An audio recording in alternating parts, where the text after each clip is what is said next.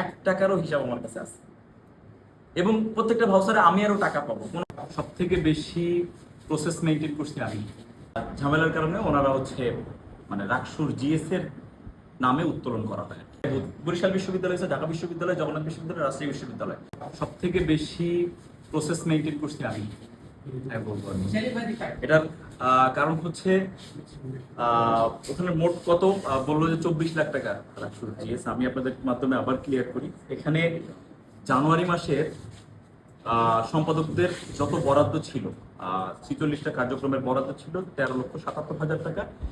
এই টাকাটা প্রথম মাস হিসেবে রাকসুর জিএস কনস্টিটিউশনাল কিছু ঝামেলার কারণে ওনারা মানে রাকসুর জিএস এর নামে উত্তোলন করা হয়। এই 13,77,000 টাকা আমার এখানে দেখাইছে।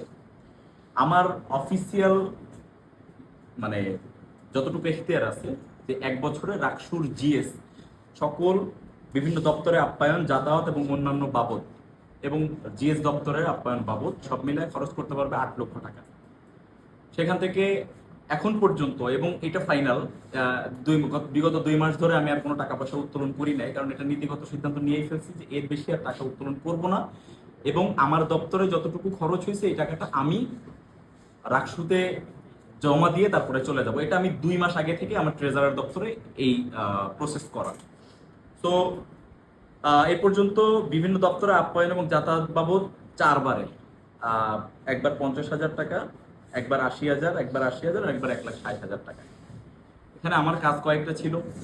এক সম্পাদকদের ভাউচার সমন্বয় করা, মানে এই টাকাটা আমার এই দপ্তরে শুধুমাত্র আপ্যায়ন করার জন্য না, এটাও ইনফরমেশন দিচ্ছি যে সকল সম্পাদকদের দপ্তরিক কাজে বা বিভিন্ন খরচে যে ভাউচারটা আসছে ওই ভাউচার সমন্বয় করে আমি তাদেরকে টাকা দিচ্ছি, তাদের ভাউচারটা কালেক্ট করে ট্রেজারার দপ্তরে জমা দিচ্ছি।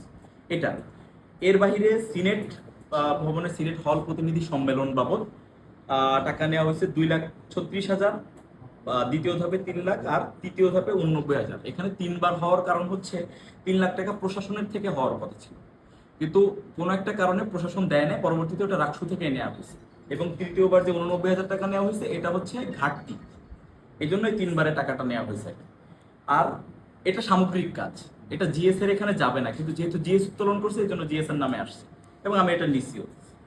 25-26 সেশনের ভর্তি পরীক্ষার বুথ স্থাপন বাবদ এখানে 3,02,000 টাকা। এখানে আমি একটু ক্লিয়ার করি যে শুধুমাত্র রাজশাহী বিশ্ববিদ্যালয়ের কয়েকটা বুথের জন্য এই টাকাটা না।